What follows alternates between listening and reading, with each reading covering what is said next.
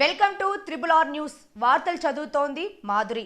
ఇప్పుడు మీ triple R news channel కొన్ని అనివార్య కారణాల వల్ల తొలి వార్తా ఛానల్గా మార్చబడినది. కనుక ప్రేక్షకులు, అభిమానులు, మిత్రులు, శ్రేయోభిలాషులు అందరూ గతంలో లాగే మీ ఆదర అభిమానాలు మన తొలి వార్తా ఛానల్కు కూడా అందించి ప్రతి ఒక్కరూ సబ్స్క్రైబ్ చేసి ముందుకు నడిపించగలరని మనవి.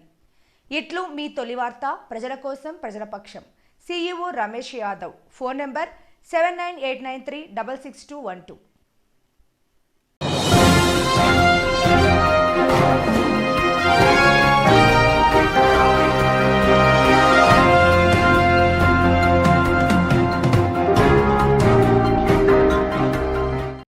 ఉన్నటువంటి మాజీ ఎమ్మెల్యే గత 10 సంవత్సరాల నుంచి అనేక సందర్భాల్లో కూడా మేము CMRF చెక్కులు ఇచ్చిన, కళ్యాణ లక్ష్మి చెక్కులు ఇచ్చిన, షాదీ ముబారక్ ఇచ్చిన, LOCలు ఇచ్చిన అని చెప్పి అరిగిపోయిన టేప్ రికార్డులా మొత్తుకుంటూ వచ్చింది 10 ఏళ్ళ నుంచి కూడా.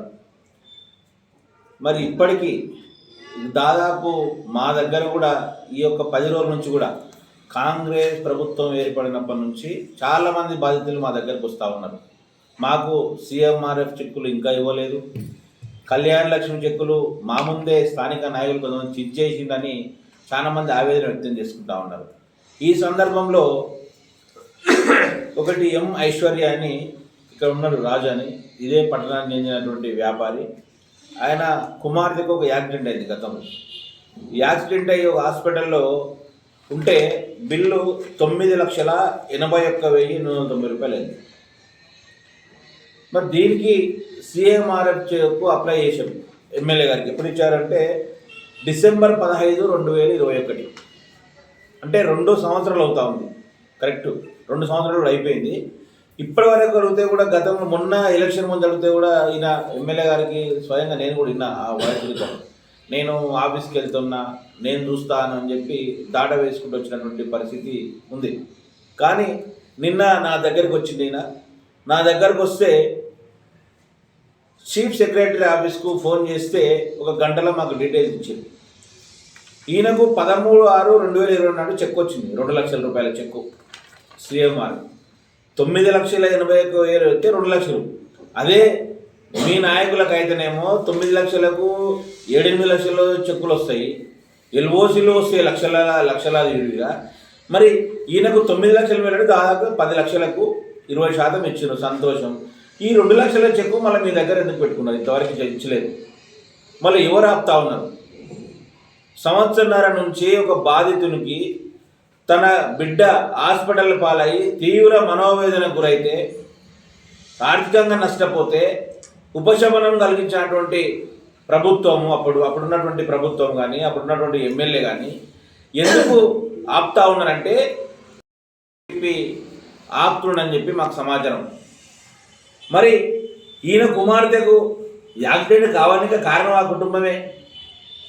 ఈరోజు నష్టపరిహారం చెల్లిస్తా అని చెప్పి మాట్లాడుకున్నది మొత్తం ఇవ్వకపోయింది ఆ కుటుంబమే. ఏదో ఈరోజు 9,80,000కు 2 లక్షల ప్రభుత్వం నుంచి వస్తే దాన్ని అడ్డుకున్నటువంటి మూర్ఖత్వంగా పని ఉన్నటువంటి కూడా ఆ ఎంపీ కుటుంబం.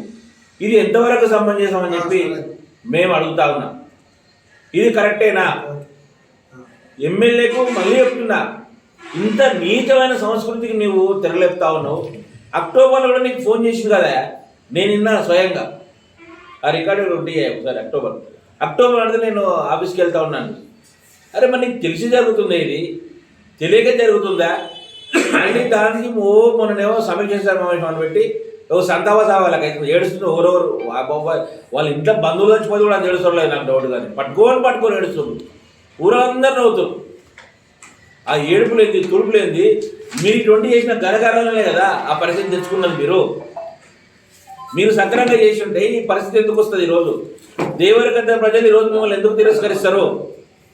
మళ్ళీ కూడా చెప్తా ఉన్నాం, దేవరగద్ద నియోజకవర్గ ప్రజలకు ఇటువంటి వాళ్ళు ఎవరున్నా సరే బాధితులు, CMRF చెక్కులు రాని వాళ్ళు, కళ్యాణ లక్ష్మి చెక్కులు రాని వాళ్ళు, షాదీ ముబారక్ చెక్కులు రాని వాళ్ళు ఎవరైనా సరే బాధితులు ఇక్కడ కాంగ్రెస్ పార్టీ ఎమ్మెల్యే ఇక్కడ ప్రస్తుతం ఉన్నాడు కాబట్టి ఖచ్చితంగా ఎమ్మెల్యే గారి దృష్టికి ఇచ్చినా సరే, లేకుంటే మా నాయకులు ఎవరి దృష్టికి ఇచ్చినా సరే మీకు ఖచ్చితంగా చెక్కులు కూడా మళ్ళీ అధికారులతో మాట్లాడి ఇప్పించడం జరుగుతుందని చెప్పి మేము ఈ పత్రికాముఖంగా తెలియజేస్తా ఉన్నాం. వారిని వెంటనే ఖచ్చితంగా ప్రభుత్వం తరఫున ఆదుకుంటామని చెప్పి తెలియజేయడం జరిగింది. కాబట్టి నియోజకవర్గ ప్రజలు ఎవరు కూడా భయపడాల్సిన అవసరం లేదు. చాలామందికి కూడా విస్తుపోయే చిట్టేసినట్ట చెక్కులు కొంతమంది నాయకులు. ఆ చెక్కుల్లో ఉంటాడు పనికి మళ్ళీ జడ్పీటీసీ ఆడు మరీ చించేసినట్ట వాళ్ళ పార్టీ కాదని. ఇంత దౌర్భాగ్యం ఏమి చెక్కులు చించడం ఇది? అంటే మీ ఇంట్లోకి వెళ్ళి ఇస్తున్నారు అరవై మీ తాత జాగిర్లా? ప్రజల తరపున ఎన్నికైన మీరు ప్రజాప్రతినిధులు, ప్రజల కోసం పనిచేయాల్సిన ప్రజాప్రతినిధులు, ప్రజాస్వామ్యబద్ధంగా వ్యవహరించాల్సిన మీరు, రాజ్యాంగబద్ధంగా వ్యవహరించిన అధికారులు ఈరోజు అందరూ కలిసి ఇదే విధంగా చేశారు. అధికారులు అడిగితే మాతో లిస్ట్ లేదు అంటారు స్థానిక మండలాధికారులు. మరి మీరు ఏటి కొరకు ఉన్నారా? ఇంకా బీఆర్ఎస్ ప్రభుత్వం ఉందనుకుంటున్నా అని వాళ్ళకే వత్తాసు వస్తూ ఉన్నారు ఇంకా కొంతమంది అధికారులు.